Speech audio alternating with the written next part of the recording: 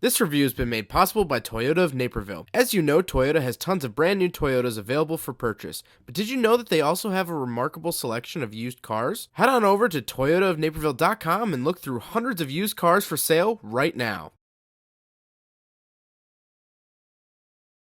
Alright, what's up guys? My name is Zach and today I am driving a 2011 Buick Enclave CX. Up front is a 3.6 liter V6. Down below is a 6-speed automatic transmission. Now I'm excited to be driving this here Enclave for really one reason, and that is that back in the day, I actually drove one of these to Iowa one time, from Chicago to Iowa, and I never got to film one. So I've had this experience with this vehicle, but I haven't had any sort of outlet to share it with you guys. I guess also a second reason I'm excited to drive this is because Buick is such an interesting brand to me in the fact that it's so uninteresting that it's interesting, if that makes sense. We'll talk about it later. But let's get back to that 3.6 liter V6. I'll put the horsepower and torque up on the screen. This isn't really a powerhouse, but it definitely suits this sort of application of a larger SUV. Fuel economy, 17 in the city, 24 on the highway. Not fantastic, if I'm honest.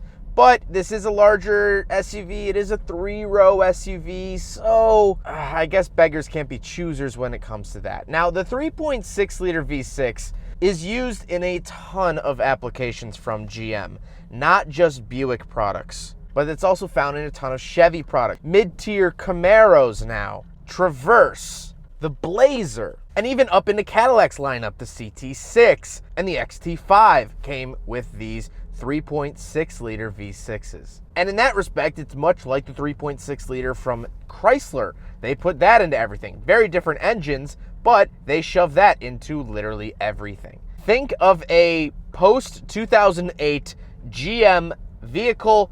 Odds are it got this 3.6 liter V6 at some point. And that's good because this is a well thought through engine. GM knows that they can trust it, so they shoved it into a bunch of vehicles. Parts are easy to find.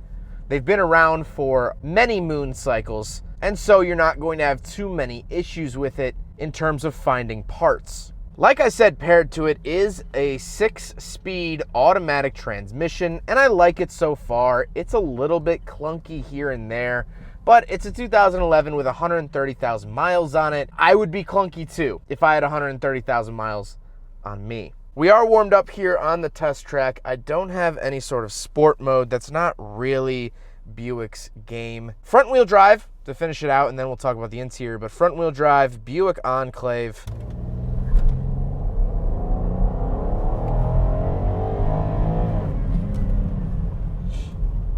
Yeah, I mean, it gets up and goes. It definitely moves out of its own way. It doesn't feel underpowered, but it's nothing shocking. It's a Buick Enclave. That's really par for the course with this vehicle. Now we got to talk about the interior. We have a couple interesting things here in the Enclave, and we do have 3 rows of seating, so we will do backseat reviews a little bit later on. If you're interested in that, there are chapters down below here on YouTube where you can click around and find those things. But in front of me, I have 5 main gauge pods. On the far left is my coolant temperature, then I have my tachometer, then I have my fuel in the center, speedometer on the right, and then battery voltage on the far right, as well as I get a tiny little information screen up at the top, giving me my odometer, outside temperature, compass, and gear selector. I like the gauges themselves, but I don't like how separated they are. I think they're so far recessed into the dash that the coolant temperature and battery voltage are almost hard to see from my seating position. They feel like they're cut off by part of the outlet for the gauge. And while I could see all the information perfectly, it just doesn't really sit right with me. On the steering wheel, on the left, I have my cruise control options, which is very nice. And then on the right, I have my phone options, skip track, and volume. I like the look of the steering wheel. I like the wood accents on the steering wheel as well. It also gives it, just a little bit more character than the Chevy counterpart of this vehicle. And overall, I can't complain too much. I like it. To the left of me, I have my headlight switches and dome light switches. And then on the door, I have my power windows, power mirrors, and power locks. Before we get to the rest of the center stack, up above, I do have my rear view mirror, OnStar options, of course, but this is actually where the backup camera is found. So you put it into reverse, you'll hear a beep. There we go. and the backup camera is on. This backup camera is pretty low quality. It's not very clear. There's no lines, which I would have really liked for spacing reasons. However, I'm glad that it even gets a backup camera. For 2011, that is a pretty big deal, but it's not nearly anything that we get in today's vehicles. So I'm sure at the time it was great, but right now, not the best. But before we get on with the rest of the video, I want to say thank you to the people who made this video possible. First up, cashforcars.com wants to buy your car. They will buy your car with a clean title, salvage title, running, non-running, whatever it may be. You can get your free quote by clicking the link in the description below. Cashforcars.com is the easiest way to sell your car. Within a couple of clicks, they'll come pick up your car in less than 24 hours. You don't even have to leave the couch, and it's absolutely awesome. Next up, we have con plates. The con plate is a suction cup mount for your license plate when you don't want to mount it to the front of your car. If you have to legally have a front license plate like you do here in Illinois, but you don't want to stick it on the front of your car, you think it's ugly, you want to take it off for car shows, whatever it may be, you can actually just put your license plate into the suction cup holder and put it in your front windshield when driving around to remain legal. You can get your con plate in the description below, and every sale helps out the channel, so make sure your car looks good with con plates. Last but not least, I want to talk about the fixed OBD2 sensor. Now, this is a Bluetooth sensor that you plug into your OBD2 port on your car, and it gives you a ton of cool information like your check engine lights, how to fix your check engine lights, approximately how much it should cost, maintenance intervals like oil change, tire rotation, brake pads, when you should change that stuff out. This is absolutely fantastic for anyone into cars or anyone looking to get into mechanics. Fixed is offering my viewers a discount through that link, so go check it out, and again, help support the channel. But with all of that out of the way, let's get on with the review. Moving into the center, I have a little cubby hole that's actually openable on the dash. This is the start of GM putting very weird storage compartments in their vehicles. We all know the C7 Corvette, the screen comes down in the middle. The new Tahoe has a weird storage compartment as well. Those vehicles followed in the Enclave's footsteps with a very weird storage container up on the dashboard. Moving down below that, I do have an analog clock, which I really like to see in cars. There's no base model cheap vehicle that comes with an analog clock in the dash anymore. Sure, back in the 80s and 70s, those were pretty commonplace, especially in like Volvos and things like that. Actually, some vehicles came with a clock instead of a tachometer. But nowadays, when you see an analog clock in a vehicle like this, it's actually sort of a status symbol. It looks like a wristwatch that I would buy at a nice jewelry store, although it is slightly small, so glancing at it while driving, it is a little hard to see the individual lines, especially here in the morning. Surrounding the clock is this sort of circular vent style, which is very interesting. There's a lot of circles here in the interior of the Enclave, and this half circle is definitely one of the most obvious. But moving down, we do have a very typical 2011 radio. This was really before the era of touchscreens being in everything. I do have a CD player in there, favorites, music, very basic radio. Down below that, I have a couple of interesting buttons. So I actually have some information I can pull up in the center screen. GM is very good about giving you information about your vehicle. They've done this since the 2001 Chevy Corvette, which is the oldest vehicle I've reviewed that has this feature. And so on the far left is a check icon. Then we have like a checklist, go through settings and things like that. Then I have information. I can look at units and front tire pressure, rear tire pressure, compass, calibrate compass, oil life remaining, things like that. And then I have a road icon. This is my fuel economy, timer, fuel used, average speed, off, and then we're back to the odometer. I like these options that you can get.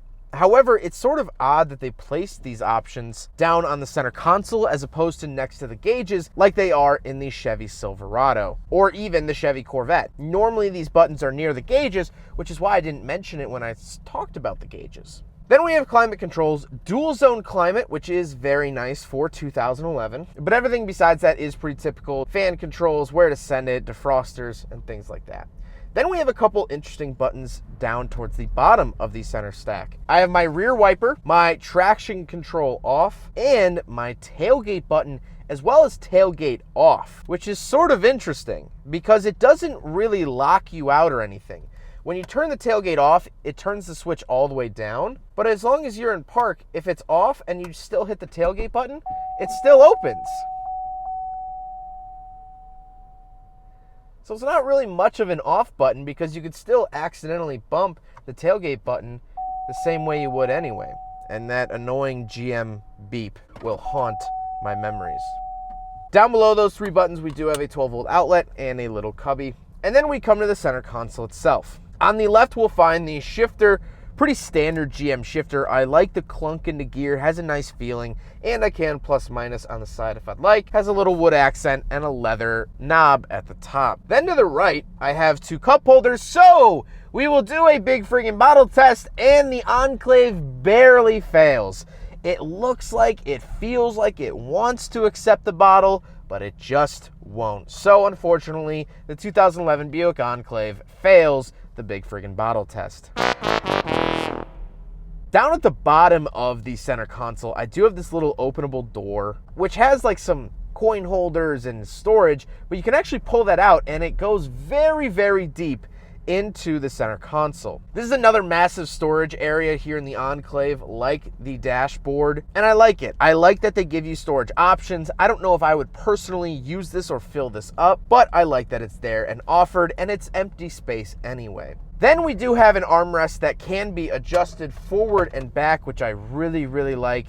Very, very comfortable to rest your arm on, and I like that you can adjust it, get it out of the way if you need it, or move it up if you want it there. Now, the seats are nice and comfortable, however, they are cloth, which is very interesting. To me, Buick has always been about wood trims and leather, wood trims and leather, wood trims and leather. That's Buick's game, and these are cloth, which they look fine and they're actually comfortable, but I would expect just a little bit more out of a Buick product. But hey, that's okay. They are power. However, here in the CX trim level, they are not heated. But speaking of seats, we do have two more rows of seats. So let's do some backseat reviews. All right, so we're in the back of the 2011 Buick Enclave, and the seats are okay back here. I can adjust them a little bit, I think. Maybe not. They're a little straight up and down. Legroom isn't fantastic. Headroom is pretty good. I do have a vent up here. I have lights up here and things like that. However, the chairs can move forward and back.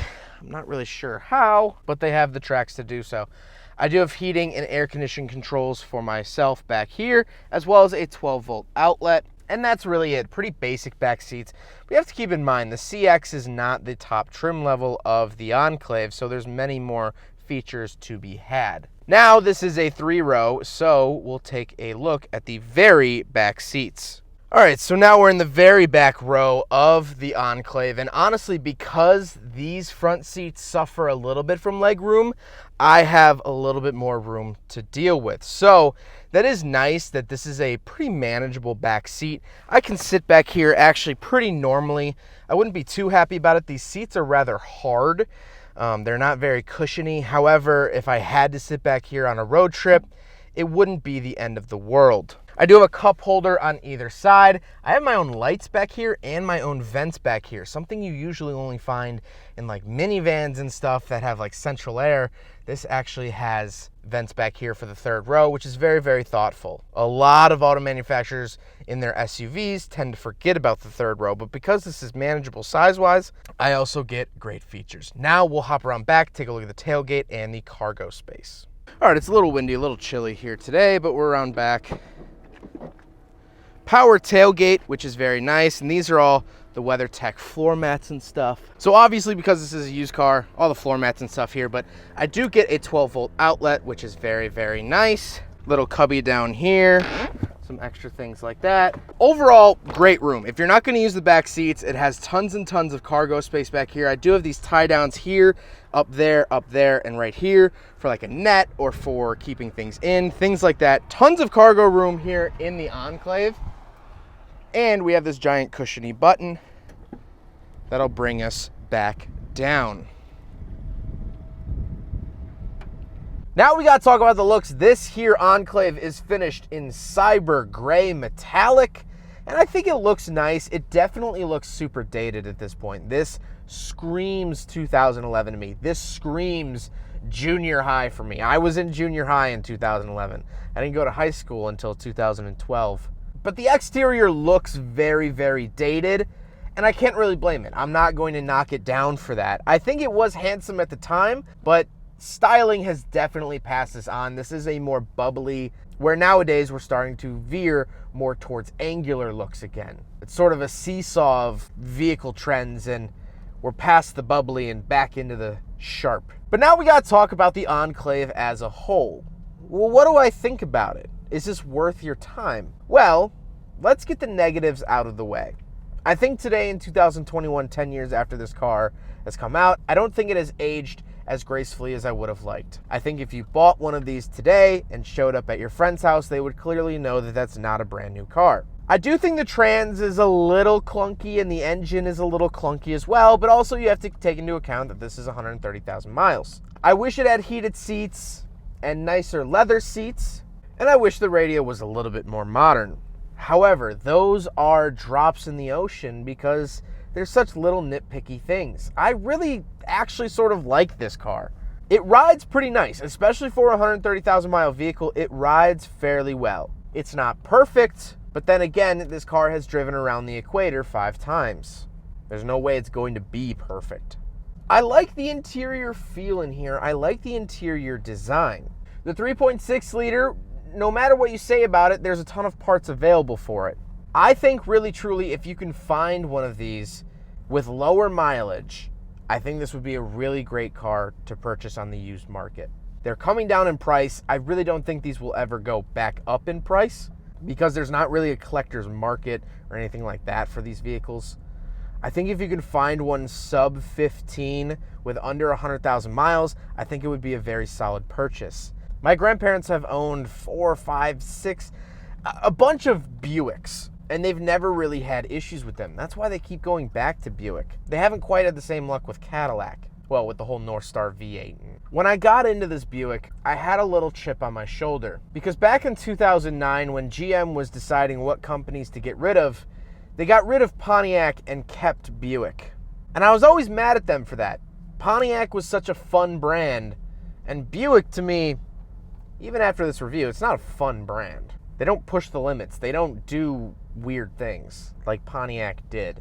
But I kind of understand why they kept it. They're nicer vehicles. And if you don't want to pay Cadillac prices, but you want something nicer than a Chevy, here you go. I present to you the Buick Enclave. Well, I hope you guys enjoyed the video. Huge thank you to Toyota of Naperville for letting me take out their 2011 Buick Enclave. This is one of their used cars on their lot. They have hundreds of used cars on the lot at all times. They have Audi products and BMWs and, of course, Toyotas, Chevys, Fords, Lincolns, Mercurys. I've driven Jaguars from them. I've driven Teslas from them. They have tons of interesting used cars on the lot at all times. So if you're looking for a new vehicle, please go check them out. Their information is up on the screen as well as linked in the description below. But I hope you guys enjoyed the video. Don't forget to rate the video, comment on the video, and subscribe if you really liked it. Take care, guys.